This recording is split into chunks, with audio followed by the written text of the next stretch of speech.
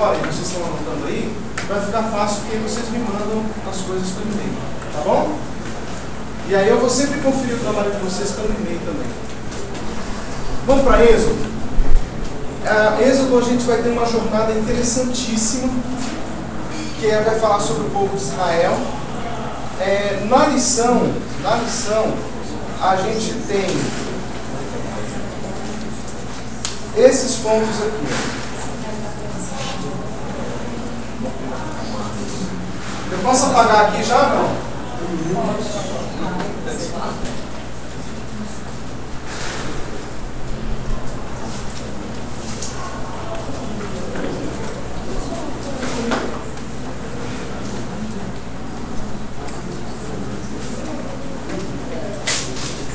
Você tem, primeiro,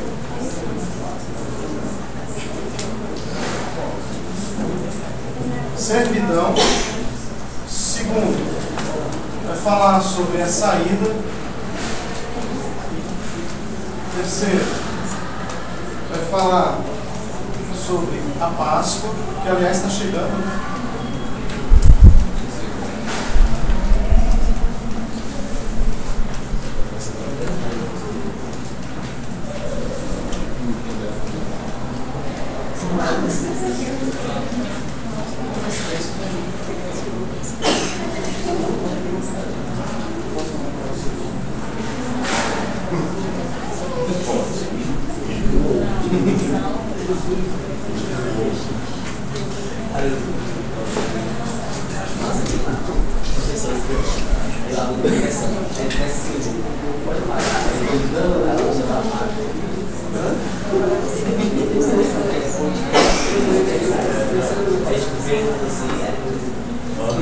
Na dissertação que vocês fizeram, certamente vocês atentaram para algum ponto aqui.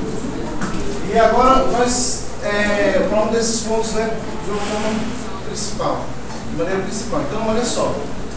A ideia aqui é a gente entender a palavra no grego mesmo, êxodos. A palavra no grego de êxodo é êxodos, que significa o êxodo mesmo, né? A travessia, a caminhada do povo, a saída do Egito até chegar na Terra Prometida. Então, como é uma saída, então é chamada de êxodos, né? A saída. Saída? Mas o que acontece? Na verdade, no hebraico, a palavra é Shemot. Olha, eu acho interessante porque esse é o termo usado antes de usar o termo êxodo. O termo original era Shemot. Por que essa diferença? O que significa Shemot? Shemot vem da palavra Shem,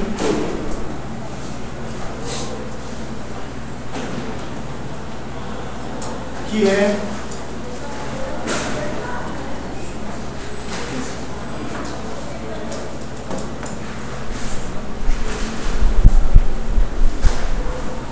Shemot são, então, é o plural, significa nomes. Nomes. Aí você vai falar, não tem nada a ver nomes para Êxodo, né? Aparentemente, o termo usado para Êxodo tem mais sentido do que a palavra Shemot, porque ela vai relatar a saída do povo do Egito para a Terra Prometida, porquanto que Shemot vai falar de nomes. Então, por que Moisés dá o nome de nomes a Êxodo? É interessante que quando você dá um título a alguma coisa, é porque você está dizendo que aquele livro fala sobre aquele assunto. Não é verdade? Então, por exemplo, se você comprar um livro sobre, está lá o título lá, Vivendo pela Fé. Aí você acha que aquele livro vai falar de quê? De culinária? Se você começar lá e falar assim, gente, o alimento é importante, você fala assim, mesmo o título dele é Vivendo pela Fé e o conteúdo dele fala de culinária, não tem nada a ver. Então, o título ele tem a ver com o conteúdo. Quando Moisés dá o nome do livro como Shemot, como nomes, é porque Moisés entende que o conteúdo do livro, o enfoque do livro, não está na saída do Egito, mas está nos nomes. Que nomes? Os nomes de Deus. Então Moisés entende que o principal, que o livro quer mostrar, são os nomes de Deus. Olha que coisa interessante. E a gente vai ver isso aqui nesse livro, né? O clímax aqui não foi a saída do Egito, não foi a entrada no deserto, não foi as dificuldades que eles passaram, não foi a travessia do Mar Vermelho. Moisés diz: o principal são os nomes de Deus. Quando você vai lá para Êxodo, no capítulo 1, então, você tem ali falando sobre os descendentes. Quero atentar vocês para os detalhes, tá bom? Do texto, olha só. São estes, o versículo 1, são estes os nomes dos filhos de Israel que entraram com Jacó no Egito, cada um entrou com a sua família. Aí vai Rúben, Simeão, Levi, Judá, Issacar, Zebulon, Benjamim, Dan, Naftali, Gad, Asher. Todas as pessoas, pois, que descenderam de Jacó foram quantas? 70. Gente, 70 na Bíblia significa, é uma representação de nações. Tá? Então, veja só. Então, 70 saíram da terra prometida e foram para o Egito. Aí faleceu José, aí ficou o povo ficou lá, surgiu um novo faraó, com o tempo, o nome de José foi sendo esquecido no Egito, né? O que ele fez para o Egito foi sendo esquecido, e o povo de Israel foi se tornando escravo. Você vai ter agora duas servas de Faraó, que são hebreias, o nome delas são Sifra e Puá. Essas mulheres, elas recebem a ordem do Faraó atual de matar as crianças hebreias para que houvesse um controle, porque o Faraó não queria que as crianças hebreias crescessem muito, né, para que a população hebreia não crescesse tanto, para que não pudesse sufocar o Egito. Então ele estava querendo ter um controle, inclusive, do nascimento das crianças. Ele vai e manda matar as crianças no Egito. Exatamente igual o que aconteceu na época de Jesus com Herodes. Herodes manda matar as crianças no Egito, os meninos, né, até por medo do Messias. Então o que acontece é que Moisés nasce, né, ele é tirado do rio, significa Moisés. Moisés vai nascer e ele é colocado no rio Nilo, e assim você já conhece a história, né? Ele é livre da morte do faraó. As hebreias, elas desobedecem a Faraó, porque elas não matam as crianças. E o que acontece? As crianças hebreias começam a crescer, a população cresce demais, e o Faraó vai ficando desesperado. Essas mulheres são citadas por Moisés em uma atitude de honra e obediência a Deus, porque aquelas mulheres sabiam que Deus tinha separado aquele povo para abençoar a terra. Então elas não matavam as crianças, elas fingiam que matavam. E aí quando o rei chegava para falar com elas: por que você não está matando? Eu mandei vocês matarem e tal. Não, mas olha, elas são muito fortes, e quando a gente vai lá, já nasceu. Então elas mentiram, entendeu? Então elas mentiam para o faraó, mas era uma mentira abençoada, se é que a gente pode dizer assim, né? Porque a Bíblia diz que elas foram honradas pelo Senhor, né? É interessante isso, porque a gente entende, através, por exemplo, de Sifra e Puá, que certos tipos de pecado, eles não são pecados diante de Deus, como nesse caso. Por quê? Porque se mentiu para preservar uma promessa. Entende? Então, quando você mente assim, o chefe fala para você: não fala que eu não estou, e você fala: não, o chefe mandou dizer que não está, né? Quando você, não, eu não vou mentir e tal, não é esse tipo de mentira que nós estamos falando na Bíblia. Nós estamos falando de mentir para a preservação da vida. Entende? Isso para Deus não é tomado como pecado. Você imagina, por exemplo, na época do Holocausto, se as crianças judias, na época do Holocausto, escondidas pelos padres, e enquanto os nazistas chegavam na casa dos padres, ou daqueles que guardavam, escondiam as crianças, e eles chegassem assim: cadê tem judeu aí? Imagina se eles falam: eu não posso mentir, né? Eu sou de Deus, e eu tenho que dar o testemunho da verdade. Tem sim. Onde que elas estão? Debaixo da cama, né? Aí mata as crianças. Isso é pecado diante de Deus. Mas aí quando você vai lá e mente para a preservação da vida, essa lei da mentira, no caso, ela é anulada diante de Deus. Porque você não está mentindo para seu favorecimento. Você está mentindo para a preservação da vida. Ok? Então, diante de Deus, certos pecados não são pecados diante de um bem maior, que é a preservação da vida, por exemplo. Ok? Então, olha, é porque às vezes a pessoa fala assim, menti em tal situação. Então, eu já estou deixando claro aqui para vocês como é que funciona. Pulando aqui as parteiras, que a gente não pode demorar muito nelas, né? Nasce Moisés.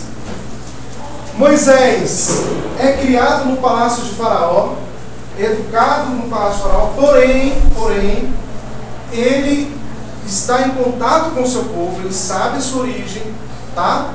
Que às vezes você fala assim, mas ele está lá dentro do palácio. Não, ele foi criado realmente pela própria mãe.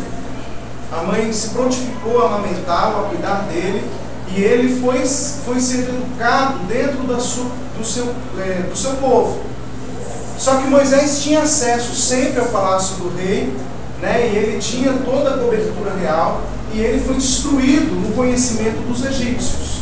Então ele era uma pessoa extremamente culta, extremamente dotada de conhecimento, porque havia esse investimento do próprio faraó na vida de Moisés. Moisés chegou a uma fase jovem, então ele vai definitivamente morar no Egito, morar na casa de faraó, tá? Então o que vai acontecer? Quando ele na verdade, quando desmama, isso, desmama. Quando ele vai desmamar, então, aí ele vai tendo mais acesso, à medida que ele vai criando independência, ele vai tendo mais acesso ao palácio de Faraó. O que acontece é que ele um dia vê um soldado egípcio maltratando um hebreu. O que ele faz? Mata o soldado egípcio e foge. Quanto tempo Moisés fica longe do Egito? Quanto é que isso aconteceu? Você sabe quantos anos Moisés tinha quando ele matou esse soldado? 40 anos. Você estava lá, né? Não, ela é minha outra. Ela foi minha outra. Moisés ficou 40 anos no Egito. Ele ficou 40 anos no Egito, matou o soldado e fugiu. Ele foi para onde?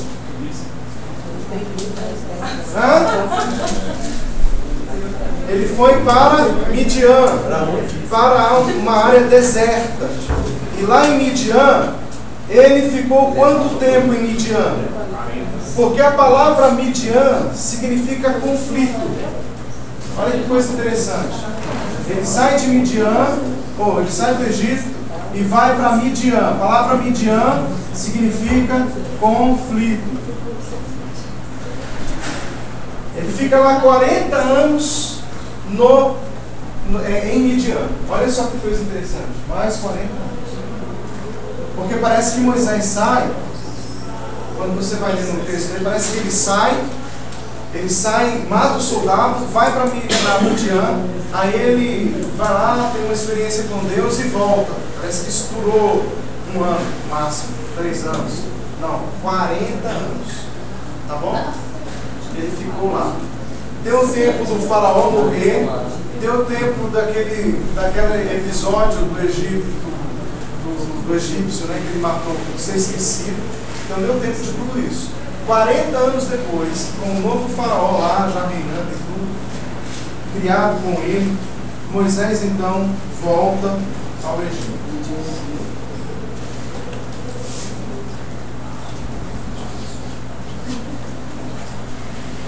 E aí Moisés pega o povo e tira o povo do Egito com 80 anos de idade. E ele fica mais 40 anos no deserto. Então, a perguntinha básica: quantos anos... Com quantos anos Moisés morreu? Isso aqui é sabedoria. 120 anos. Então, a vida de Moisés foi dividida em 3 partes. Tá? O período em que ele achava que era alguém, né? Que ele se achava o bambambam lá do faraó. Ele levou mais 40 anos para descobrir que não é ninguém. Né? E ele levou mais 40 anos para descobrir o que Deus faz com um Zé Ninguém. Tá? Então tá aí. Deixa perdido no deserto. Zé Ninguém Se perde. Então é isso aí. A morte do rei, então, no Egito, no capítulo 3, começa a dar sentido o nome Shemot, porque é a hora que Deus chama Moisés. Moisés aqui, ó, nesse período aqui, ó, em que ele está em Midian, tá? Então, nesse primeiro período, Moisés estava lá apacentando o rebanho do seu sogro Jetro, a palavra Yetro. Yetro no hebraico significa sua abundância. Então, a abundância de Moisés estava no seu sogro. Né? E Moisés se casou com a filha de um sacerdote de Midian. Então, ele não casou com uma mulher do seu povo. Ele casou com uma midianita, isso aí. Né? Levando o rebanho, então, ele estava levando o rebanho, quando de repente o anjo do Senhor aparece numa chama de fogo no meio de uma sarça. Vocês sabem que uma sarça, quantos metros de altura tem uma sarça? Vocês sabem disso, né? Não passa de 1 metro. Tá? Uma sarcinha de nada. Olha que coisa interessante. É o anjo do Senhor. Aqui, na verdade, esse anjo do Senhor aqui, ele é uma representação do próprio Cristo. É porque eu pensava eu pensei que era Deus falando. Aqui é o anjo. Porque ele está em letra maiúscula e no singular, né? Em um artigo que é definido. Se fosse um artigo indefinido, né? Então aí a gente podia imaginar que seria qualquer um. Mas como é um artigo definido, certamente esse aqui era um enviado, um Cristo, né? Representado aqui para falar a Moisés. Moisés, então, tem essa experiência com o Senhor, com o anjo do Senhor. Ele vai ter agora o anjo do Senhor falando numa sarça de fogo. A sarça não se consome, né? Ela estava saindo fogo, mas não estava sendo consumida. Moisés, então, vai ter uma experiência com ele, conversa com ele. Diz o versículo 2 que Moisés olhou e eis que a sarça ardia, o fogo ardia. Perdão, a sarça ardia no fogo e a sarça não se consumia. Versículo 3. Então disse consigo mesmo: eu vou lá ver que grande maravilha é essa. Por que a sarça não se queima? Vendo o Senhor que ele se voltava para ver, Deus, no meio da sarça, o chamou e disse: Moisés, Moisés. Ele respondeu: eis-me aqui.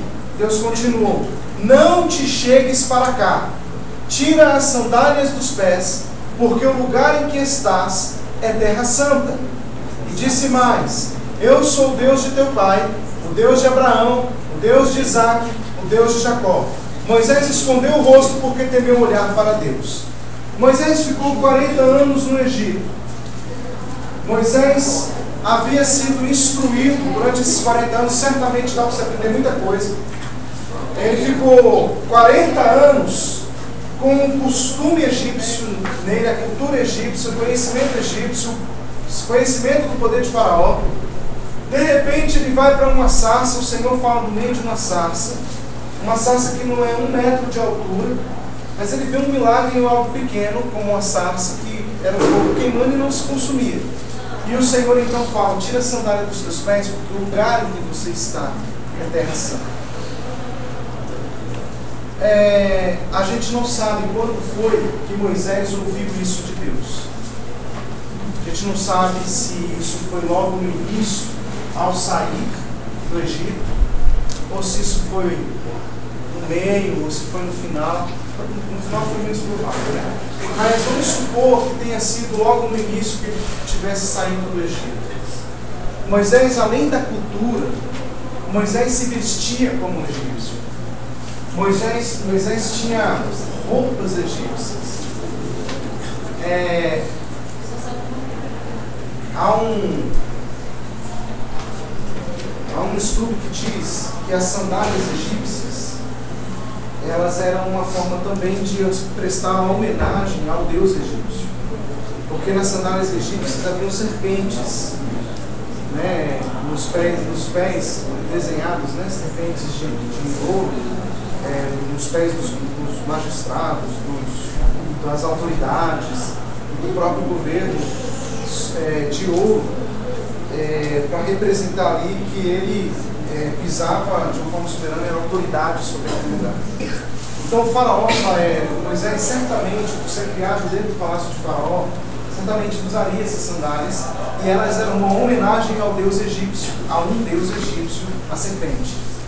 O que acontece? Moisés poderia ter fugido para o Egito e estava usando todas aquelas sandálias. Se ele estivesse fazendo isso, ao pisar nessa terra, a primeira coisa que o Senhor vai dizer a ele é: tira a sandália dos teus pés, porque o lugar em que você está é terra santa. Não era somente para ele estar descalço, mas aquilo poderia estar representando, né, e alguns estudiosos dizem que isso aconteceu, né, assim, era bem possível isso. Então era que Deus estivesse dizendo a Moisés: Moisés, tira a idolatria, tira ainda os resquícios do Egito da sua vida, porque onde você está é terra santa. Por quê? Porque santidade é separação total.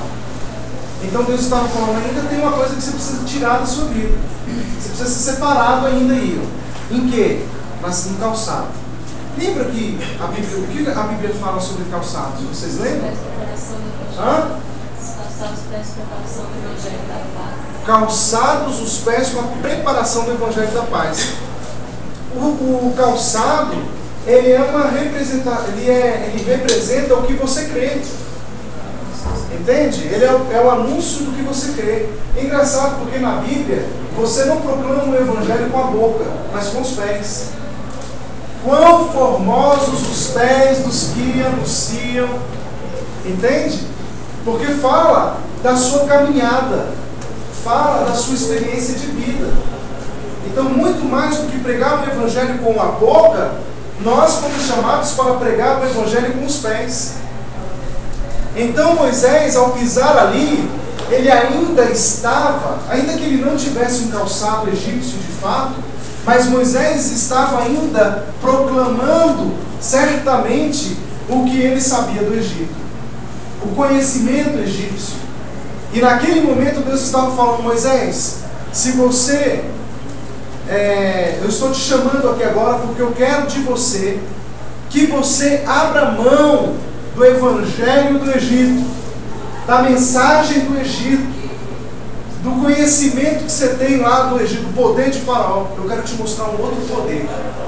Por isso Deus se manifesta a Moisés, não agora de uma forma esplendorosa, estrondosa, uma nuvem de glória, o céu radiante, né, e o sol vindo de uma forma específica para ele, né, iluminando ele. Não foi assim que a coisa aconteceu. Deus vai aparecer numa pequena sarça e vai dizer: tira a sandália dos seus pés, porque agora você vai ter contato de fato com o seu Deus, o Deus do seu povo. E eu quero que você saiba que eu não estou nos palácios, estou no matinho, estou na moita, né? E ali na moita Deus vai falar com Moisés. É a primeira coisa que Moisés vai ter, um choque, porque agora ele está trocando de Senhor. A gente pode até dizer que aqui é a conversão de Moisés, né? Ele ele deixa de ser um fugitivo para se tornar um guerreiro do Senhor. Então o Senhor, a primeira coisa que o Senhor vai falar para Moisés no verso 6 é: eu sou o Deus de teu pai, o Deus de Abraão, Isaac e Jacó. Moisés escondeu o rosto porque temeu olhar para Deus. Então agora ele se apresenta a Moisés e ele vai dizer quem ele é. Ele vai dizer que ele é o Deus de Abraão, Isaac e Jacó. É bom a gente lembrar que há alguns termos que a gente precisa usar. Esse termo Deus não é um termo que se usava naquela época, né? Não tinha esse termo Deus. Oi? Deixa eu te perguntar, por isso Moisés demorou tanto a circuncidar-se, sabendo Sim. da lei, justamente por causa da cultura egípcia que estava Exatamente. sendo, né? Exatamente. E aí Deus foi, comeu da boca da esposa dele. Foi lá e circuncidou. É mesmo. É. Tudo que Não não foi um foi desleixo. Não. Foi por causa da cultura egípcia. Exatamente. Ele estava impregnado da cultura Isso egípcia. Deus foi terrível a ponto de chegar e tentar matá-lo. É bom a gente lembrar também uma outra coisa interessante. Ó, gente, estou dando dicas aqui para vocês que não é somente para Egito. Deus teve que matar. É geral, é geral. Tudo o que Deus vai fazer com o povo, primeiro Deus faz com o rei. Entende? Com o líder.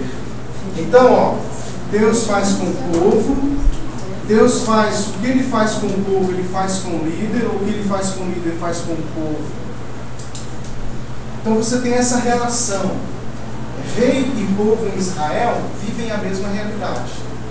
Deus tira primeiro Moisés do Egito e leva Moisés para o deserto. Por que Deus faz isso? Porque Deus ia fazer isso com o povo. Quando Jesus vem, o que acontece com Jesus? A mesma coisa. Jesus, a primeira aparição de Jesus assim como o Messias, era o batismo. João Batista vai dizer, ele é o Cordeiro de Deus que tira o pecado do mundo. Jesus então vem pelo batismo, a multidão está olhando Jesus. Qual é a primeira coisa que Jesus faz? Vai para o deserto, para ser tentado pelo diabo. Lá ficou 40 dias e 40 noites. Por que Jesus fez isso?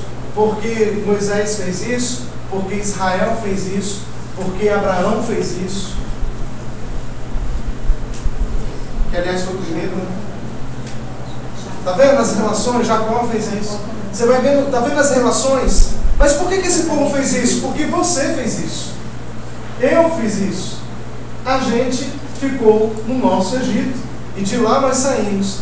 Então o Egito nos fala da nossa vida de cativeiro. Veio uma mulher esses dias aqui, acho que eu contei para vocês, não sei, esses dias aí, mexendo com banda e tudo, falou, pastor, eu quero libertação, mas olha, eu estou com medo porque os espíritos que eu recebia lá na Umbanda eram muito fortes, não sei o que, papapá. Eu falei assim, não, querido, eu não tenho problema com esses negócios não, fica tranquilo com isso aí. Porque eu preciso que você entenda que você era escrava do Egito como eu era. Você hoje é uma escrava no Egito. E você precisa sair de lá. E quando a gente é escravo, o faraó vai colocar cada vez mais carga sobre nós. Então a gente vai achando realmente que faraó é muito forte. Só que o tempo de ser liberto é agora. Então eu falei da história de Moisés, o povo de Israel, e associei essa história com a vida dela. Falei, você está vendo, Moisés foi lá, não foi com um exército não. De repente você veio aqui achando assim, pastor, manda aí um monte de anjo aí, né, me livrar. Não, Deus não precisa de tudo isso. Ele vai mandar simplesmente Jesus para a sua vida. E Jesus vai te libertar desse cativeiro. Mas a primeira coisa que você precisa fazer é crer nessa palavra, sair desse Egito e passar pela água do Mar Vermelho, que é a água do batismo, que é pelo batismo. Falei para ela, você quer ser livre definitivamente, batize pela fé. Receba o seu batismo, porque aí você vence definitivamente as trevas da sua vida. Aí ela ficou muito impactada com a palavra, né? Porque ela foi entendendo e a gente foi compartilhando, eu orei por ela, foi liberta, graças a Deus, só que não voltou mais, não sei porquê. Espero que ela tenha ido para outra igreja, né? Não sei se ficou mais perto.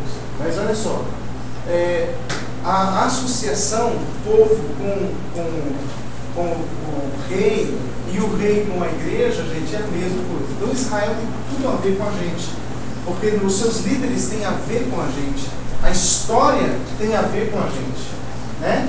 Então dá para entender isso aqui, povo, líder e Abraão. O que acontece com Moisés? Moisés vai para onde? Egito, para o deserto. fica lá 40 anos. O Senhor fala com ele e ele então volta. Moisés vem e Deus se apresenta a ele, né? No versículo 7, Deus vai falar para Moisés uma coisa interessante, ó. Certamente vi a aflição do meu povo que está no Egito, ouvi o clamor por causa dos seus exatores e estou conhecendo o seu sofrimento.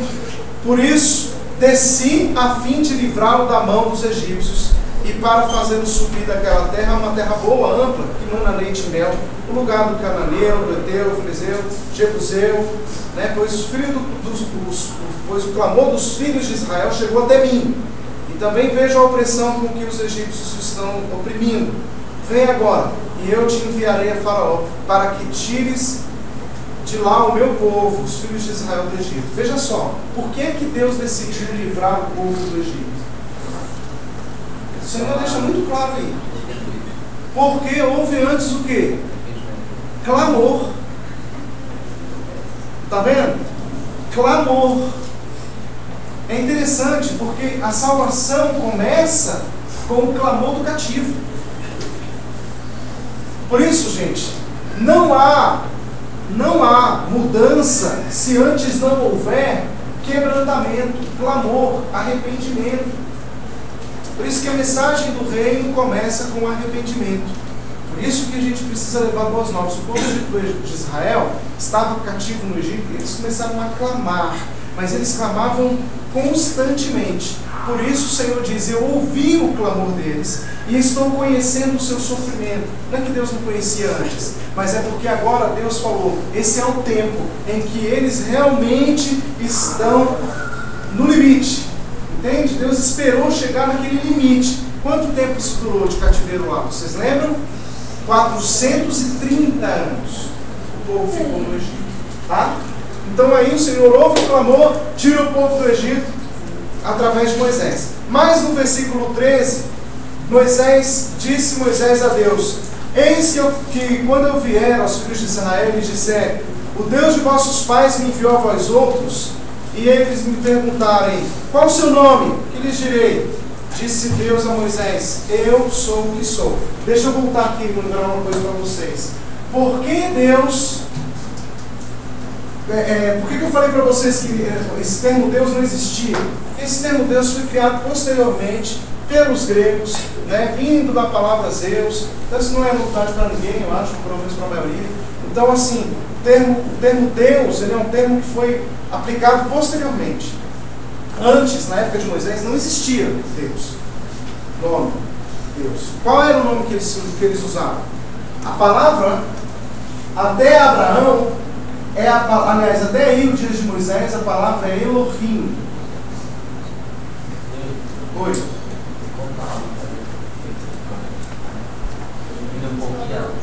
Diminuindo. Você já está falando assim?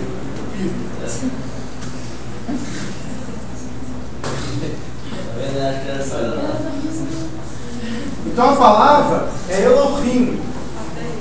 Então o que acontece? Essa palavra Elohim, ela é uma palavra no plural. Ela não é uma palavra singular, é uma palavra no plural. Ela significa, a grosso modo, a palavra deuses.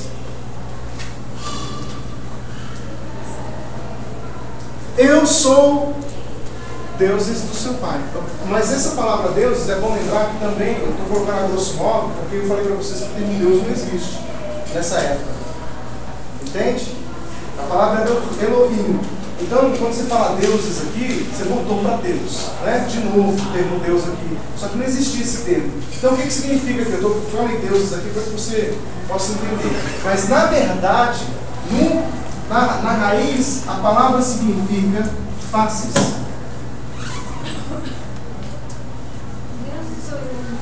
Oi? Pois é, a palavra Elohim, por exemplo, alguns tradutores vão colocar no dicionário como deuses. Só que deuses é plural de Deus. Só que esse termo Deus não existia. Portanto, deuses também não. Concorda comigo? Porque se Deus não existia, vai existir deuses. Né? Se não existia no singular, vai existir no plural. Então o que acontece? Hoje a gente fala assim, Elohim é deuses, é justamente porque essa palavra é plural. Toda vez que você ouvir, por exemplo, ó, shalom. Shalom é singular. Shalaim é plural. Toda vez que im é plural. Né? Shalom, shalaim. Por isso que você tem Yerushalayim, cidade das pazes. Tá? Porque pazes lá não tem coisa nenhuma.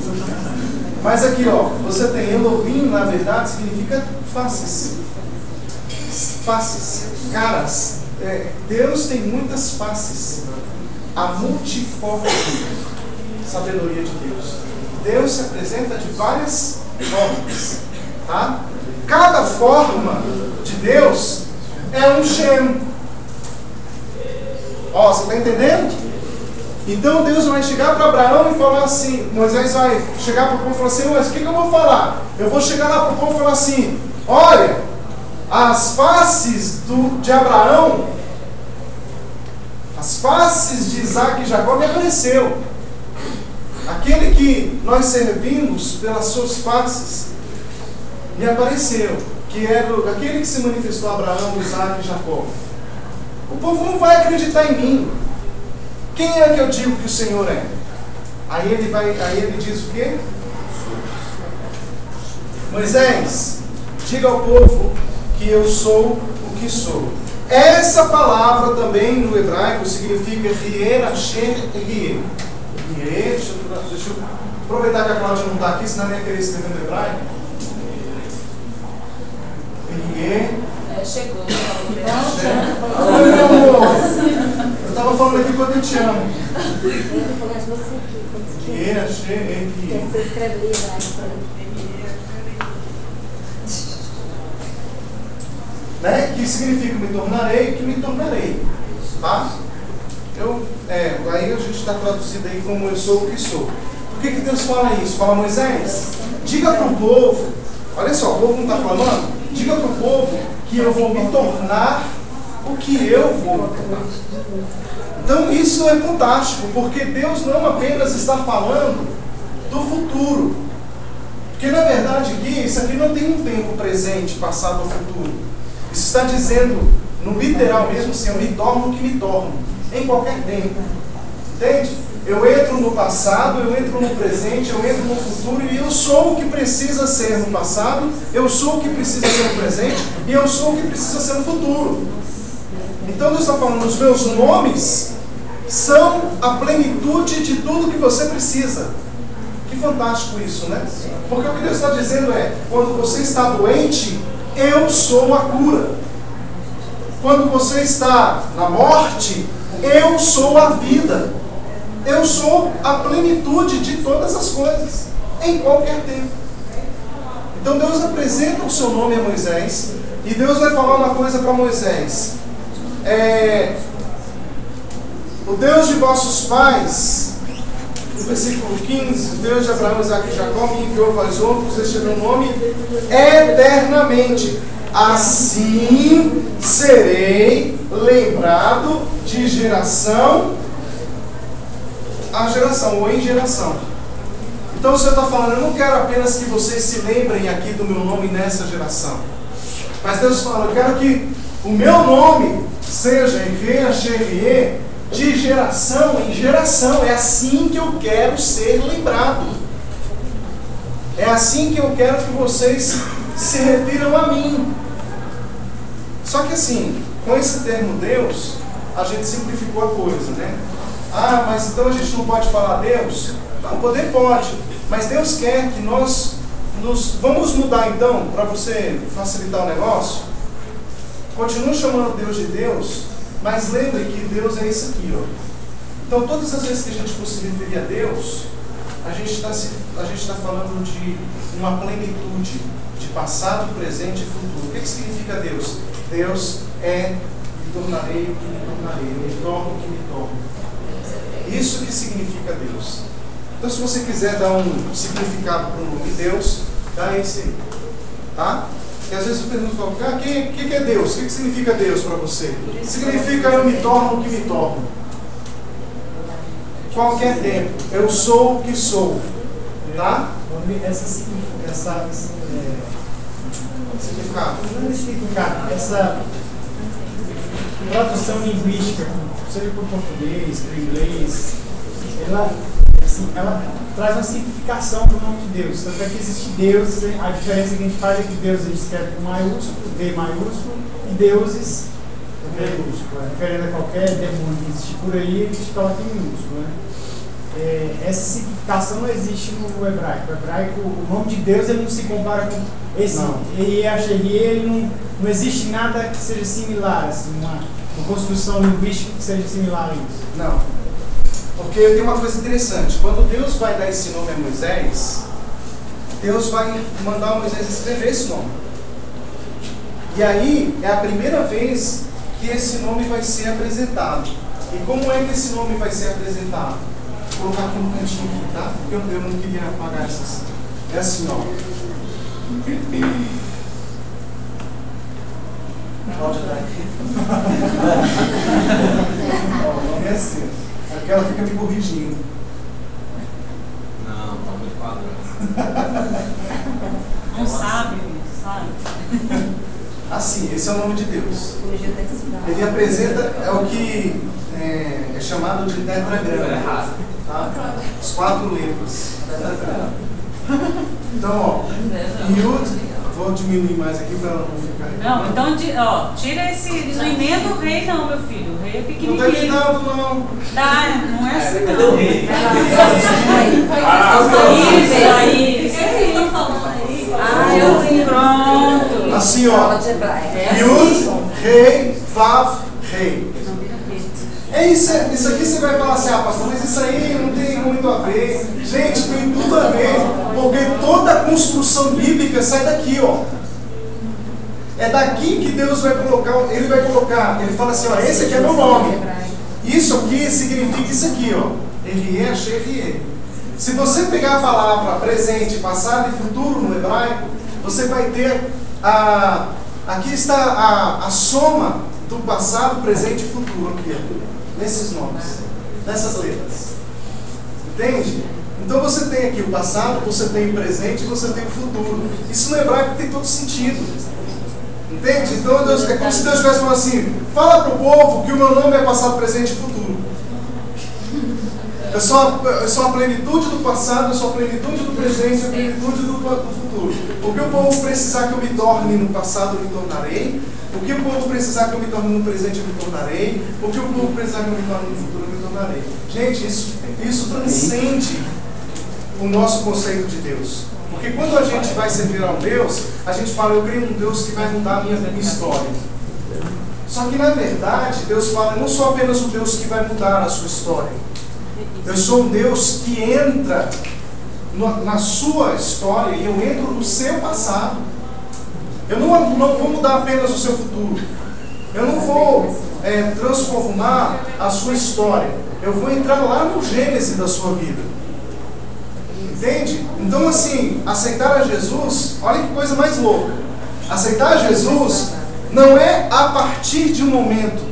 Quando eu recebo Jesus como meu Senhor e Salvador, entrego a minha vida a Ele, isso significa que diante de Deus, o meu passado não é de erro, não é de pecado, não existe isso para Deus, porque agora Jesus está desde o meu nascimento. Entende? Eu sou santo desde o meu nascimento, porque agora Ele entrou na minha história. Não há mais acusação.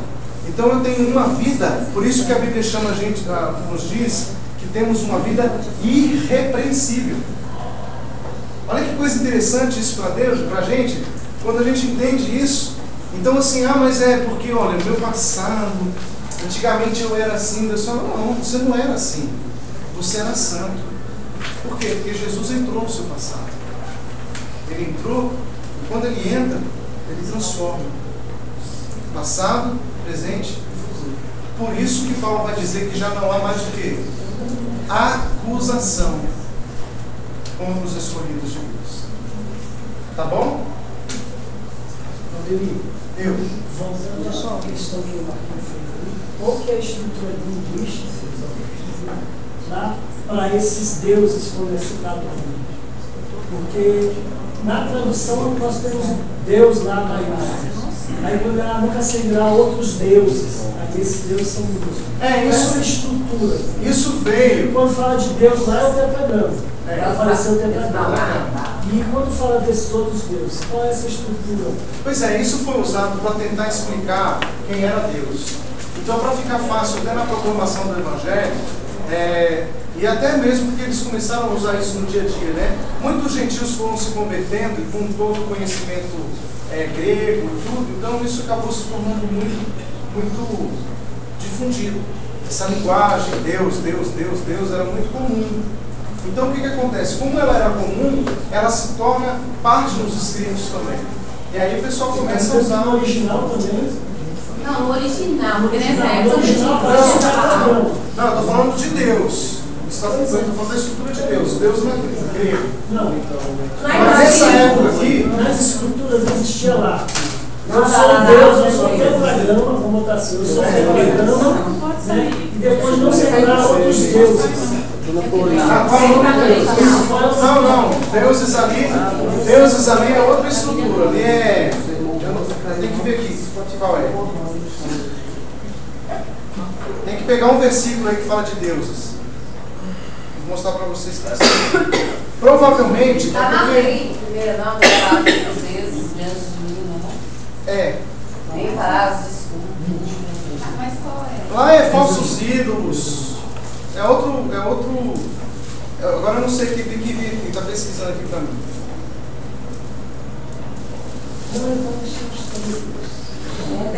Depois você pesquisar, dá dica, gente.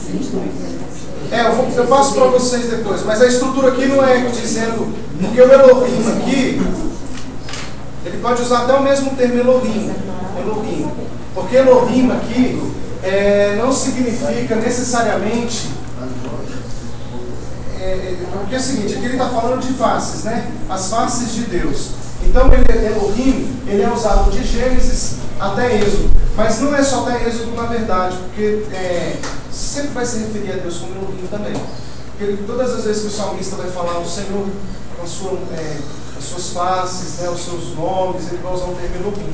Então você tem Elohim no Antigo Testamento, bem recheado aí também, né? Então, na verdade, ele vai ser uma representação da ação de Deus, né? Então o Elohim age na história. O Elohim revela a sua natureza, o seu caráter. Então o Elohim era muito usado no Antigo Testamento.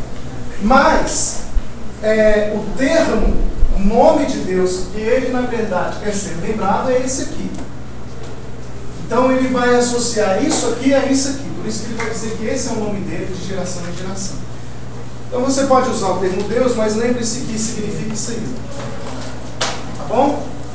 Vamos continuar aqui para a gente avançar. Ixi, agora deu. Vou fazer a pesquisa aqui para ver. Só um minutinho. Vou voltar lá de novo. Faz a pesquisa, ele não concluiu a pesquisa e. Depois disso, Moisés então volta para Faraó, chega lá no Egito. O que ele vai fazer? Vai trabalhar no coração de Faraó. Gente, isso tem muita coisa para compartilhar com vocês aqui. Não vou me deter muito nessas 10 pragas. Somente que estas pragas, elas foram uma crescente. Elas não foram pragas aleatórias, tá? Essas pragas foram uma crescente. Então, até há uma explicação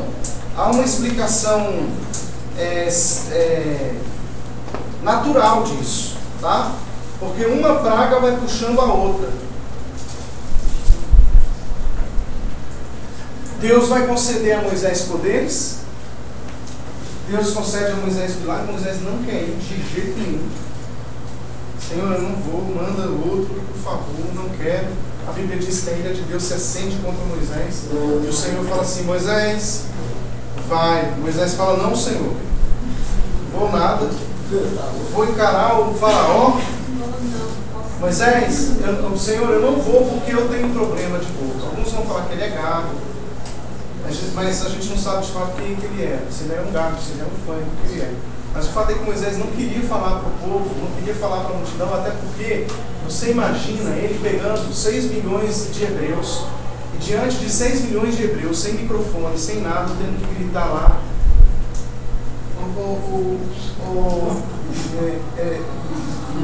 Israel, o Senhor mandou. Você imagina a gente chamar um pastor Gago para pregar aqui na igreja, né? Pastor, vai ser uma bênção, será? Uma vez eu estava aqui na igreja e vi um rapaz querer falar comigo. Eu assim, já tinha outra pessoa para atender, eu estava naquela correria, né? Eu falei, não, vem cá, ele chegou de surpresa aqui, eu falei, querido, eu realmente não poderia te atender, mas eu não quero também que você tenha uma viagem perdida. Vem cá, vamos conversar, o que é? Pastor, eu sou da. Eu falei, cara. Não é hoje. Vocês podem cantar, que aí se vocês falarem cantando é rapidinho. E o pior é que na pressa queria corrigi-lo, né? Eu sou da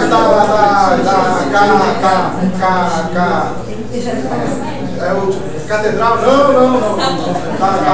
Casa de massagem? Não, eu sou da eu vi, devia ter feito lá. Aí, então o que acontece? Moisés falou assim, como é que eu vou falar para Faraó, para o povo de Israel, sendo fanho, sendo gago, seja lá o que for, problema de fala. Então ele vai falar para Deus, Deus, eu tenho um problema. Aí Deus vai falar assim, Moisés, quem fez a... Olha essa lapada que Deus dá. Quem fez a boca do homem? Está vendo? Quem faz o cego? Não sou eu, o Senhor? Vai, Moisés. A Bíblia diz que a ira de Deus se acende contra Moisés. Moisés vai pegar a vara com que Deus dá os milagres para ele e vai lá. Arão vai com ele. Era para Arão ser o porta-voz de Moisés? Não. Arão só foi o porta-voz de Moisés porque Moisés se recusou a ir.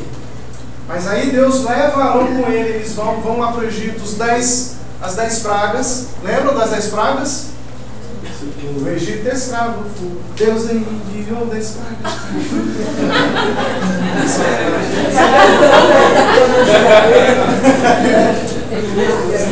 Então Deus vai lá, manda as 10 pragas.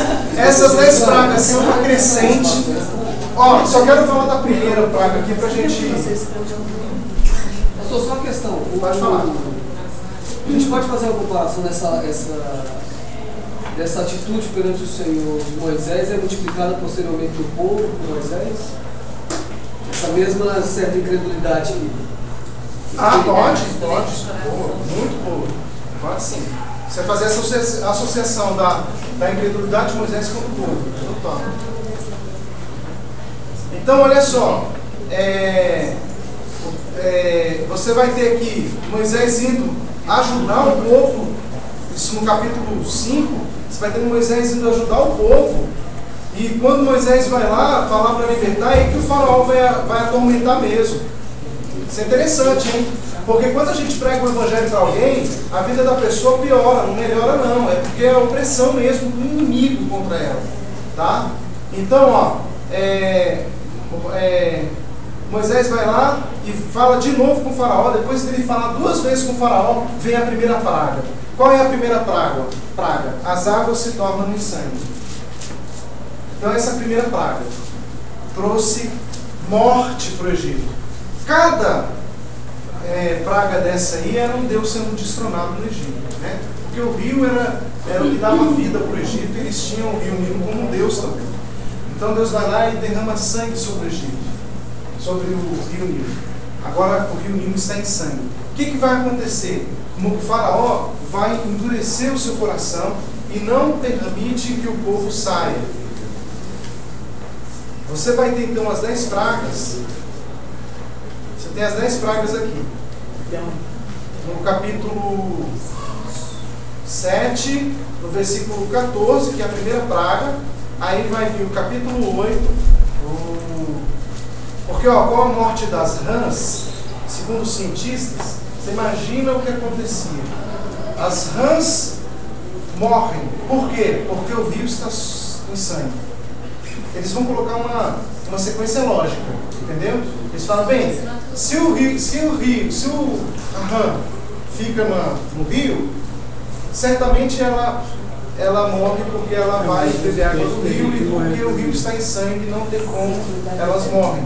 Com a morte delas, isso atrai pestes, piolhos. Por isso você vai ter, ó, eles vão fazer uma sequência até lógica, né? Piolhos, aqui é moscas. Que são pragas que Deus vai enviando ao Egito de uma forma até lógica, né? Depois você vai ter pestes de animais. Depois, com essas pestes de animais, consequência dessa infecção no Egito, você vai ter úlceras. Úlceras no Egito. Com as úlceras, você vai ter agora uma ação sobrenatural, chuva de pedras.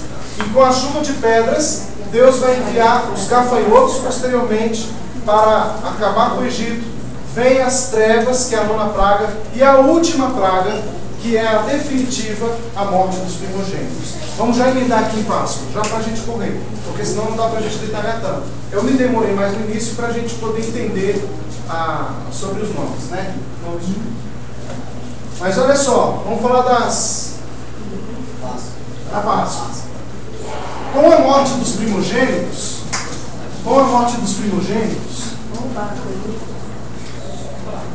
deixa eu apagar tudo aqui, né?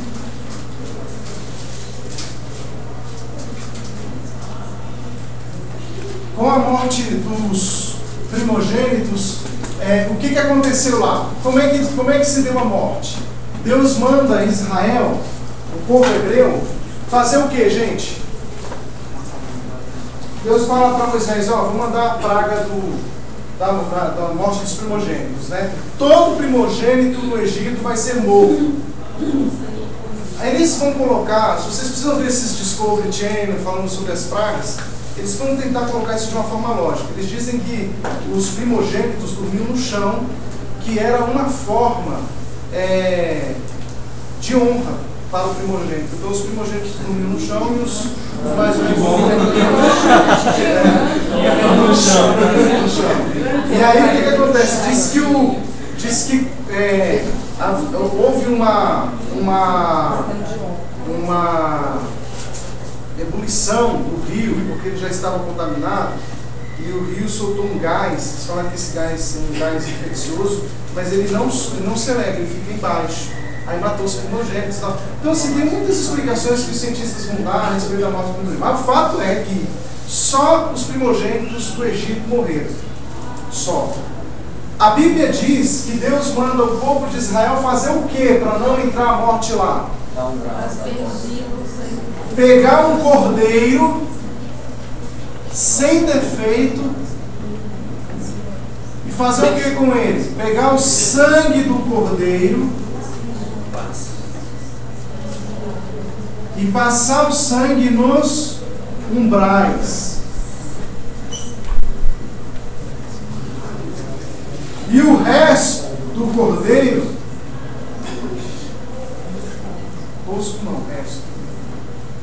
o resto, que é a carne, comer, tudo. Ele fala que não pode sobrar nada. Não sobra nada. Come tudo. O que ele está querendo dizer com isso? Não pode desperdiçar cordeiro. Pega o cordeiro, pega o sangue, coloca nos umbrais, o resto vocês vão comer. Se não der para uma família, chama outra e comem juntos na casa. Gente, a morte ia passar e visitar cada casa no Egito. Se havia o sangue derramado, não é sinal de morte? Sim ou não? Sim. Como a morte ia varrer o Egito, a morte não ia poupar ninguém. Ok? Só que quando a morte chegava na casa de um hebreu e viu o sangue, o que é a morte? O que aquilo estava comunicando para a morte? Já há morte nessa casa. Então a morte não visitaria duas vezes. Entende? Porque quando a morte chegasse no umbral ali, ela ia falar, alguém já morreu aqui. Porque ninguém pode morrer 2 vezes. Olha que coisa interessante isso. Porque quando a gente crê em Jesus e a gente entrega a nossa vida para Cristo, nós morremos. Então o sangue de Jesus, quando a gente fala assim, o sangue de Jesus está na minha vida, irmão, isso não é misticismo não. Quando você fala que o sangue de Jesus está sobre você, não é espinafre não, pai. Viu? Você fala assim, porque o sangue de Jesus está na minha vida, agora nada vai me deter. Uau, eu estou com sangue. E não sabe nem o que significa isso. Quando você fala que o sangue está sobre a sua vida, significa que a morte não tem domínio sobre você, porque você já morreu. Entende? Quando você fala, o sangue de Jesus está sobre mim, significa que eu já estou morto. Então, você não pode morrer 2 vezes. Porque há um sangue no umbral da tua vida. Então, o que a morte faz? O que os demônios fazem? O que o inferno faz? Ele vai vir e fala assim, ó, o salário do pecado é morte. Aí ele vai ver assim, todo mundo aqui é pecador. O inferno vai ver você como um pecador mesmo. Porque todo mundo aqui é pecador. Só que ele vai ver que vocês já morreram. Entende? Ó, sangue. Aí, você já morreu. Tem sangue na testa?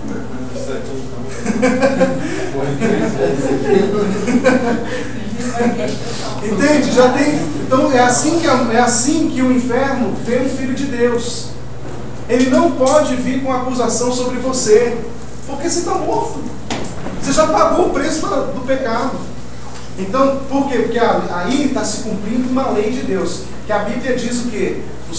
Que o salário do pecado é a morte. Toda alma que pecar, essa morrerá. Aí você fala, mas essa lei está valendo? Lógico que está. É por isso que nós estamos mortos. É por isso que o sangue de Jesus, é por isso que Jesus, Deus derramou seu sangue naquela cruz, para que a gente pudesse se melar desse sangue. Agora eu estou melado no sangue de Jesus. Isso agora tem um efeito fabuloso, porque isso significa que eu morri. Estou morto.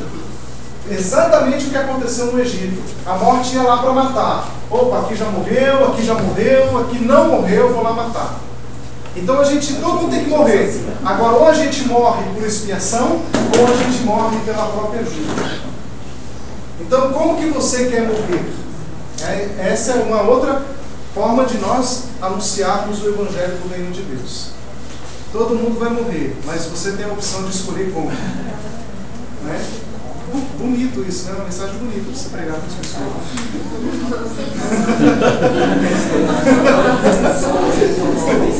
E se você já morreu em Cristo, você não tem vontade, porque o povo não tem vontade. Exatamente. Agora, por causa dessa morte, Deus vai falar, eu quero que vocês me celebrem a Páscoa, porque Páscoa é isso, é celebração da nossa morte. Olha que coisa interessante. A palavra no original é Pessah. Pessah significa salto, pulo, atravessar. Né? Então, como se a gente estivesse atravessando, pulando, passando pela morte. E é isso, essa é a ideia mesmo.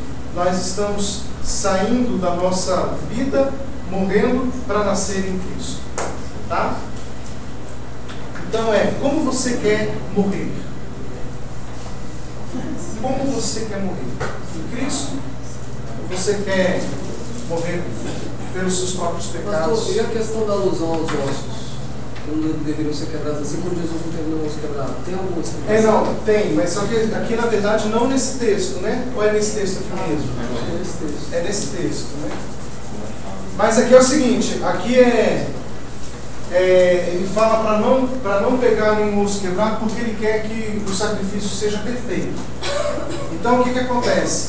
Não poderia haver sofrimento, como que fala? Porque é o seguinte, a ideia é pegar o ser inteiro, como um ser íntegro, um homem pleno, sem defeito, e aí ele vai substituir. Por isso Jesus não podia, por isso nenhum animal podia ter nada quebrado. Então um osso quebrado, ele já está sofrendo por ele. E ele não podia sofrer por ele. Ele tem que sofrer pelo...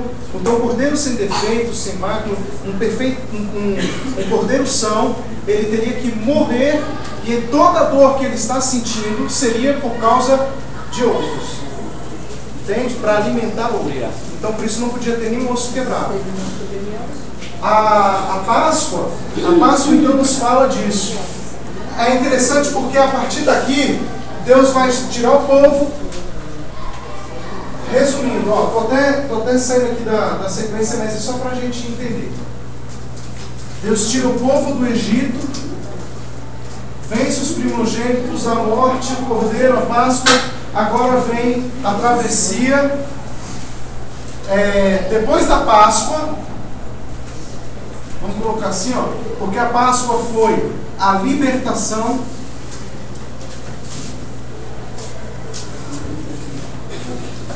de Israel. Depois da Páscoa, o que acontece logo de imediato? Porque na Páscoa aqui, foi a libertação. Morre o primogênito do faraó, o primogênito de faraó, o faraó fica arrasado, libera o povo de Israel para levar tudo, fala, leva tudo que vocês querem, chega, não dá mais. Aí o povo de Israel sai e chega diante do Mar Vermelho, que na verdade não tem nada de vermelho lá. O Mar Vermelho, Paulo vai associá-lo ao batismo. Olha que coisa interessante. Primeiro a pessoa recebe a Cristo pela fé, depois ela vai passar pelo batismo, que é o Mar Vermelho. Saindo do batismo dela, qual é a primeira coisa que Israel recebe?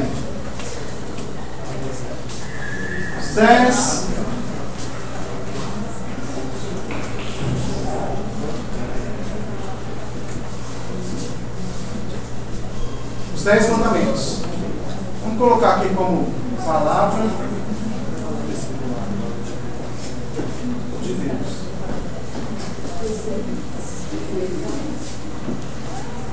Você tem aqui, Mar Vermelho, os 10 mandamentos, que é a palavra de Deus. Páscoa, batismo, libertação, batismo e palavra. O que você tem aqui? Você tem aqui Mateus, capítulo 28, 19 e 20. O que está escrito lá? Mateus 28, 19 e 20? Ide, fazei discípulos de todas as nações, batizando-os em nome do Pai, do Filho e do Espírito Santo e você tem o batismo, você tem o ensino. A partir daqui, o povo vai ter a caminhada no deserto. Não andam no deserto para receber a palavra. Eles recebem a palavra para andar no deserto. Entende? Isso aqui tem a ver com o quê? Com a nossa caminhada espiritual. Eu sou livre em Cristo, recebo o batismo, fui batizado, agora eu vou ter minha caminhada, vou receber a palavra de Deus, para que agora eu possa caminhar no deserto. Tá? Então você tem aí esses passos. Deus institui a Páscoa. Vamos lá para. Agora a gente vai dar um salto fabuloso. Vamos para Êxodo 20. Os 10 mandamentos. 10 mandamentos. Essa palavra mandamento não é mandamento. São 10 palavras. O original está dizendo que são 10 palavras. Infelizmente, na má interpretação, as pessoas vão falar que existem as leis morais, as leis cerimoniais, e aí vão falar assim: ah, pastor, tem a lei moral e tem a lei cerimonial. Não. Isso tudo foi criado aí, gente, numa tentativa de separar a lei de Deus. Está errado. Não existe lei moral e lei cerimonial. Não existe isso. Toda a lei de Deus é moral. Toda lei é moral. E a gente vai ver aqui uma forma muito legal de entender essa lei aí. Deus vai dar a Moisés os 10 mandamentos para que o povo pudesse caminhar no deserto. Então o Senhor fala lá: Moisés, falou o Senhor estas palavras, Devarim. esses mandamentos, né? Esse mandamento aqui, na verdade, não existe palavra aqui que traduza mandamento, não. Eles colocaram mandamento, não sei não. Era na tentativa de estabelecer os 10 mandamentos como moral, hein, gente? Isso foi uma tentativa de colocar os 10 mandamentos como uma lei moral. Por isso que eles colocam 10 mandamentos. Mas isso não é verdade. Aqui não estão 10 mandamentos, estão 10 palavras de Deus. Então veja só, o Senhor fala no verso 2: Eu sou o Senhor teu Deus, que te tirei da terra do Egito, da casa da servidão. Essa é a primeira palavra que Deus dá. Porque Deus está sempre falando que Ele age na gente a partir da libertação. Porque eu sou o Senhor que te tirei. Eu, Senhor, te tirei da terra do Egito. Eu, Senhor, que livrei. Mas nós precisamos reconhecer que o nosso livramento não vem da gente. Vem de quem? Do Senhor. Sempre é o Senhor quem nos livra. Não é? Não há quem possa se libertar. Tá? É sempre vem do Senhor. O Senhor vai falar a segunda coisa: não terás outros deuses diante de mim. Como que não terás outros deuses diante de mim? Não faça para ti imagem de escultura, nem coisa semelhante no que há em cima do céu, embaixo da terra, nem... Então ele vai colocar isso aí. Depois ele vai falar o quê? Não tomarás o nome do Senhor teu Deus em vão. Fantástico isso, hein? Porque não tomar o nome, ele não está falando não tome o Senhor, mas ele fala não tome o nome do Senhor teu Deus em vão. Lembra do que Deus falou lá para Moisés? Então Deus está falando não tome o Shem em vão, o nome. Eu me tornarei o que me tornarei em vão. Olha que coisa interessante. Porque tomar o nome de Deus significa, primeiro, a gente precisa saber que Deus, a Ele seja toda a honra e glória. O que Deus vai fazer? Ele vai colocar o seu nome em Israel. Ele dá o seu nome para o seu povo Israel. Ele fala isso. De Israel ele fala, em Judá eu vou colocar o meu nome. A Cláudia até falou aqui, mostrou aqui Judá, a diferença de Judá para Adonai, para o tetragrama, é apenas o Dalet. Isso aqui, ó. Vocês lembram disso que ela falou até semana passada? Esse é o nome de Deus. E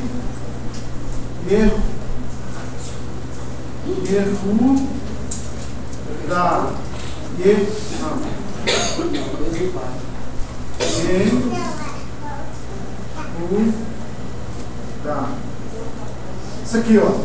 A diferença desse nome para esse é essa letra aqui, ó. Tá?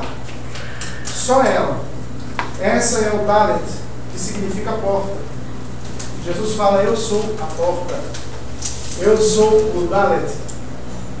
Então Jesus é o Dalet de Judá. Deus fala, eu vou colocar meu nome em Judá. E Ele coloca o seu nome em Judá. Eu tenho uma coisa interessante. Deus coloca o seu nome em Judá por quê? Porque é através de Judá que os gentios são enxertados. Entende? Então, judeus e gentios se tornam uma só tribo. Se você for para o Apocalipse, você vai ver que só existem 12 portas de entrada para Jerusalém. E essas 12 portas são as 12 tribos. Inventaram uma nova aí, uma nova tribo. Uma vez me chamaram para ir pregar numa festa de tabernáculo. É engraçado que a igreja vai fazer uma festa de tabernáculo, aí me chama, né? Eu fui lá, cheguei lá, eles colocaram 13 tribos. Aí eu falei, mas é 12. Calma aí, deixa eu contar Mas é o quê? Será que tem mais um? Será que estão contando publicaram ontem na vez. Aí eles foram entrando, né? Aí foi entrando nas tribos e eu só vendo. Dan, Naftali, Ruben, foi entrando, Simeão, foi entrando nas tribos. Aí por último, adivinha, 13ª quem era? Goim, gentios. Aí eu falei, ué, inventaram a tribo dos gentios? Não existe isso, gente. Não entendeu a palavra de Deus. Tem. Só quem vai entrar pelas portas de Jerusalém são as 12 tribos. Aí você vai falar assim, que droga, eu vou ficar de fora. Não, Jesus vai falar que de ambos os povos ele faz um. A tribo de Judá é direito a todo gentio em Cristo. Entende? No dia que os judeus forem entrar pela porta de Judá, na Nova Jerusalém, vai entrar eles, todos os judeus e você. Porque Jesus está com a bandeira dele lá. Ó. Eu sou o leão da tribo de Judá. Por isso, gente, por isso que essa comunidade, essa porta de Judá, é a porta da igreja. É a porta de acesso à Nova Jerusalém. Estão entendendo isso? Então não pode ficar de briguinha com o judeu não, porque vai todo mundo entrar na mesma porta. Né? De mãozinha dada e tudo. Em Cristo Jesus. Jesus fala, eu sou a porta. Eu sou a porta. Né? Então eu sou a porta de Judá. Aí. Legal isso, né? Legal. Ó, Deus então dá os 10 palavras. Não tome o nome do Senhor em vão. Se você tem aqui em Cristo Jesus esse nome de Judá, da porta, o nome de Deus em você, porque você tem direito a esse nome de Deus, porque você está em Cristo. Se você tem o nome de Deus em você, então você não pode tomar o nome do Senhor em vão. Gente, isso é muito sério. Quando é que nós mais tomamos o nome de Deus em vão? Quando oramos. Porque quando você ora em nome do Senhor, e é bom a gente lembrar que orar em nome do Senhor é quando nós usamos representando o Senhor, o próprio Cristo. Por isso nós oramos em nome de Jesus. E quando você está orando em nome de Jesus, você está representativamente você está chegando ao Pai em Cristo. Então Cristo é a representação do Pai, né? Porque você só vai chegar ao Pai em Jesus. Jesus é o seu referencial do Pai. Por isso, quando você ora em nome de Jesus, você tem que tomar cuidado, porque você está representando a vontade de Cristo na sua oração. Por exemplo, você tem aqui o Marquinhos é juiz. Ele não pode chegar lá no julgamento, porque senão ele vai ser até, acredito eu, não sei como funciona isso, mas deve haver algum tipo de penalização. Se ele chegar lá, aí ele tem uma situação e ele fala assim, quer saber? Vou dar 100 anos porque esse cara roubou uma lata de sardinha. 100 anos de prisão para você. Está condenado a 100 anos. Aí ele vai falar, mas essa pena é muito injusta, não interessa, eu sou o juiz, bate lá. Se uma coisa discrepante assim, tem uma penalização que você teria se você fizesse isso? Pode chegar. Diz aí, Matheus, eu sou praticamente um semideus. Na minha punição, rapaz. Não pode arbitrar de qualquer maneira, por exemplo, ele não pode aplicar a pena de morte. Tem um recurso e, bem, para mim sim, claro que vai haver um procedimento administrativo, porque eu, de alguma forma, eticamente eu violei uma regra ética que existe. Ou então, por exemplo, você chegar e aplicar uma pena de morte a alguém. Você pode fazer isso? Não tem, né? Por que você não pode aplicar uma pena de morte? Porque não há lei para ela. Não existe uma lei. Né? Melhor ainda esse exemplo. Né? Então, olha que coisa interessante. Você não pode não pode aplicar uma coisa arbitrariamente. A mesma coisa é a nossa oração diante do Senhor. Quando eu vou falar com Deus, eu não posso requerer algo que não está na sua lei. Eu não posso usar o nome de Jesus para algo que não está na palavra de Deus. Porque isso é abuso de poder. Entende? Na tradução da Bíblia do Deus tem que fala não usar o nome de Deus de forma leviana. Exatamente. Claro, isso, levianamente. Então, levianamente, isso é abuso de poder. Quando você vê um militar ali chegando e falando, chega um militar de abordo e fala assim, vai lavar meu carro aqui agora. Anda, tô armado. Né? Por quê? Porque eu sou a lei, eu estou mandando. Isso é autoridade ou é abuso de poder? Isso é abuso. Da carteirada, né? Isso é abuso de poder. Então haverá penalização para tudo aquilo que foge à regra. Está entendendo? Se foge da lei, há uma lei máxima. Se foge, é quebra, é abuso do nome. Então, quando eu estou lá orando, eu tenho que tomar cuidado, porque eu posso orar fora da lei, fora da palavra. E se eu oro fora da palavra, eu estou tomando o nome de Deus em vão. Entende isso? Às vezes você está numa situação lá e fala assim, eu vou pedir, Deus, por favor, eu quero isso, faz isso comigo. Deus fala assim, espera aí. Com qual critério? Qual o critério que você está usando, bíblico, para me requerer isso? Por isso, para você orar, você precisa conhecer a palavra de Deus. Entende? Tomar muito cuidado, porque oração é uma coisa muito, mas muito séria. É muito sério. Então não tome o nome de Deus em vão. Não faça imagem de escultura, tá? O Senhor vai falar aqui os 10 mandamentos. Lembra de um dia de sábado para o santificar. Então Deus estabelece um dia de santificação. Ah, mas Deus não queria nessa época que o povo santificasse ele todo dia? Sim ou não? Queria. Mas por que ele vai falar de um dia? Isso aqui é uma missão que vai para mais de metro, né? Muita coisa para a gente conversar, mas Deus sempre está preocupado em que nós estejamos voltados para o descanso, né? E por isso Ele vai estabelecer esse dia. Não matarás, honra teu pai e tua mãe, não matarás, adulterarás, dirás falso testemunho, não cobiçarás.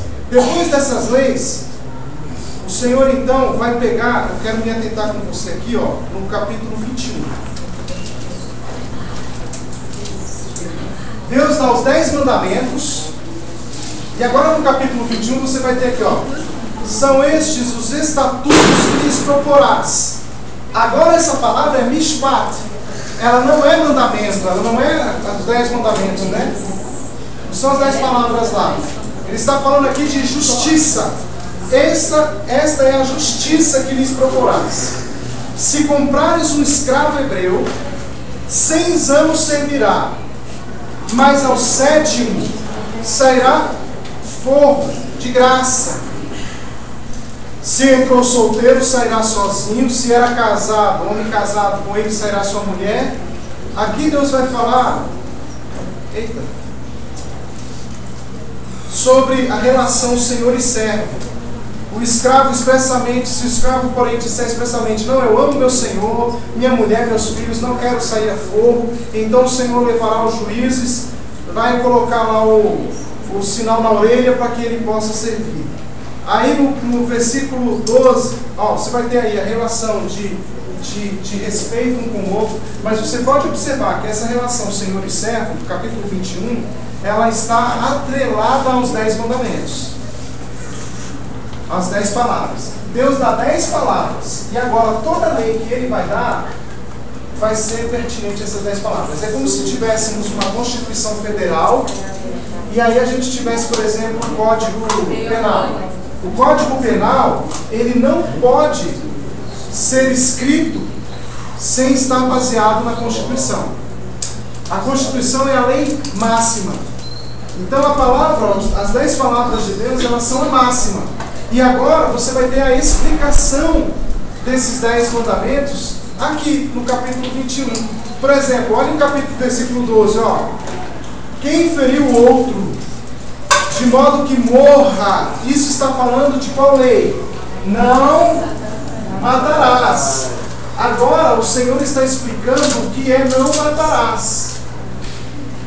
Tá vendo? Ó? Deus está falando, olha, se alguém matar alguém, se alguém ferir o outro de modo que morra, também será morto. Porque se não lhe armou cilada, mas Deus lhe permitiu que caísse em suas mãos, então te designei um lugar para onde ele fugirá. Ele está falando o seguinte, se você matou de propósito, vai morrer. Mas, se você matou acidentalmente, foge e vai para uma cidade de refúgio. Também te amo. Só vai lá.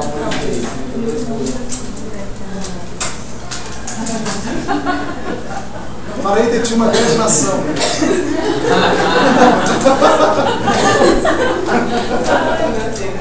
Essa forma de cantar a esposa. Olha só.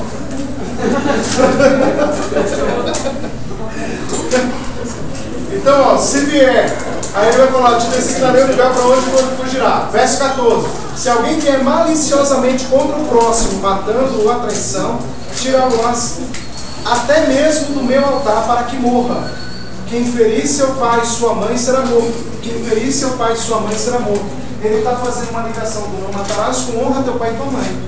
Então você tem que ler Êxodo, daí para frente, esses mandamentos, fazendo essa associação com os 10 mandamentos sempre, gente. Sempre leia lá, a partir do capítulo 21, você vai fazendo a leitura pensando nos 10 mandamentos. O que esse texto está falando dos 10 mandamentos? Ele está explicando. Ele está explicando que é não matarás. Ó, se matar de propósito para morrer. Então ele está falando, essa morte aqui, não matarás, é de propósito. Sem querer, não. Sem querer você vai se esconder. Vai lá, por que você vai se esconder? Não é porque você é culpado diante de Deus. É porque a família de quem morreu vai querer se vingar, pode ficar, sei lá, né, tão magoada e querer te matar. Então, para que não haja mais injustiça, foge, se esconde, fica lá, até que a justiça venha e estabeleça a paz. Então tem uma ordem nesse negócio aí. Tá? Então a Bíblia vai colocar agora várias leis. Por exemplo, ó, olha que coisa interessante. Você vai ver lá em Mateus capítulo 5, a partir do verso 17, Jesus vai colocar lá, ouvi isso que foi dito, né? Vamos lá para Mateus 5.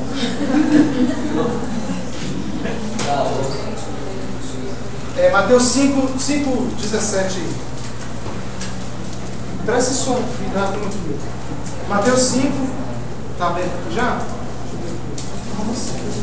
Vai enxergar? Você vai ver que quando Jesus vai falar de Mateus 5,17, ele está falando dos 10 mandamentos. Ó. Jesus está pregando os 10 mandamentos. Ele vai falar, ó, não cuideis que vim destruir a lei e os profetas, não vim abrogar, mas cumprir. Porque em verdade vos digo que até que o céu e a terra passem, nenhum jota ou tio se omitirá da lei, sem que tudo seja cumprido. Qualquer, pois, que violar um destes mandamentos, e assim ensinar aos homens, será chamado menor no reino dos céus. Aquele, porém, que os cumprir e ensinar, será chamado grande no reino dos céus. Porque eu vos digo que se a vossa justiça não exceder a dos escribas e fariseus, de modo nenhum entrareis no reino dos céus. Ele está falando da lei como um ato de justiça, mishpatim, exatamente o que está dizendo no versículo 21 de Êxodo, mishpatim, tá? Justiça. Aí ele vai falar, ó, ouviste o que foi dito aos antigos, não matarás. Então Jesus está falando que a gente vai colocar a lei do não matarás aqui, ó. Mas qualquer que matar será réu de juízo. Eu, porém, vos digo que qualquer que Jesus vai fazer, ele vai ampliar essa lei. Jesus está falando, você sabe o que é não matar para os meus discípulos? É qualquer que se encolerizar contra seu irmão, já será réu de juízo. Qualquer que chamar seu irmão de raca, de tolo, será réu do sinédrio. E qualquer que lhe chamar louco, será réu do fogo do inferno. Jesus vai ampliar esse negócio. Aí ele vai falar, não matarás para o meu discípulo, é simplesmente não ir com a cara do próximo. Só você não ir com a cara, você já está matando o seu próximo. Isso para o meu discípulo. Então Jesus amplia esse negócio aí. Aí ele vai falar, verso 29. Portanto, se o teu olho direito te escandalizar, arranca-o e atira-o para longe de ti.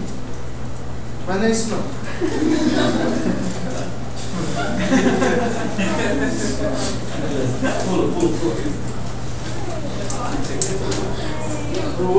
Tá aqui, ó. Verso 38. Ouviste o que foi dito, olho por olho, dente por dente. Eu, porém, vos digo que não resistais ao mal, mas se qualquer te bater na tua face direita, oferece-lhe também a outra. O que é olho por olho, dente por dente? Bateu, levou, é isso? Não. A gente interpreta assim, mas vamos ver o que está escrito em Êxodo? Olha lá. Olha o versículo 21, verso 26. Se alguém ferir o olho do seu escravo, ou o olho da sua escrava, e o inutilizar, deixá-lo-ás ir a fogo pelo olho. Aliás, antes, né, ele fala aqui no verso 22. Se homens brigarem e ferirem mulher grávida, e forem causa de que aborte, porém seu maior dano, aquele que feriu será obrigado a indenizar, segundo o que lhe exigia o marido da mulher. E pagará como os juízes lhe determinarem. Mas se houver dano grave, então darás vida por vida, olho por olho, dente por dente, mão por mão, pé por pé. Então, olho por olho, dente por dente aqui, não é vingança, é restituição. Tá vendo? Se você causar dano no olho do irmão, olho por olho, tira o seu e dá para ele. Dente por dente, pé por pé. Lógico que isso não é uma linguagem literal. Pois é, aí que Jesus vai ampliar isso. Entende? Porque olha só, quando ele fala assim de restituição, vida por vida, olho por olho, dente por dente, não está falando de vingança, ele está falando de restituir.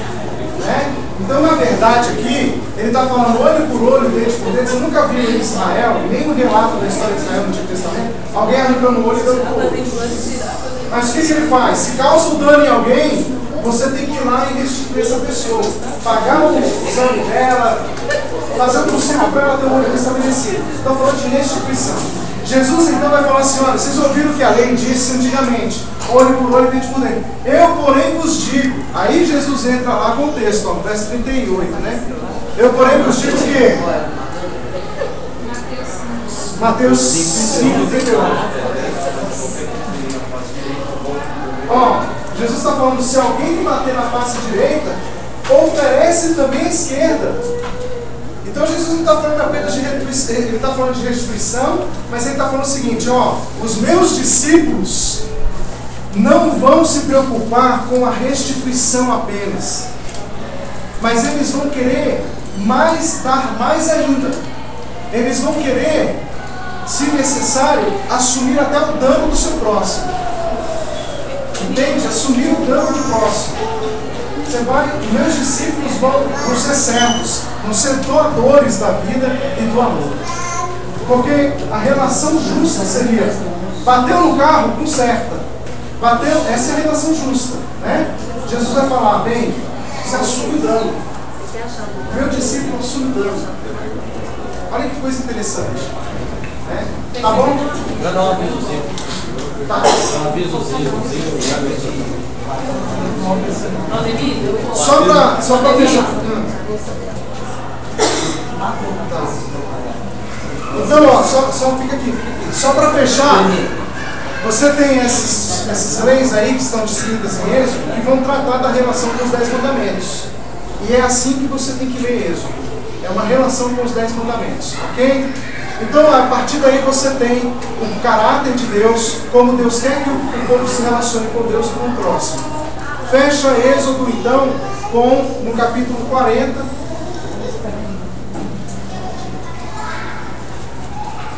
Ele fecha aí com Deus estabelecendo aí o tabernáculo, levantando e a glória de Deus vindo sobre o tabernáculo. Tá? A gente não falou muito sobre o tabernáculo, até porque vocês já viram tantas explicações sobre o tabernáculo nas festas tabernáculos. Né? A próxima festa que a gente vai ter vai ser a festa da Páscoa. A gente vai fazer mês que vem, que nos celebra exatamente isso, a nossa libertação. Tem tudo a ver com a gente, né? Com Cristo. Que nós vamos fazer com alegria e celebração ao Senhor. Tá bom? Terceiro.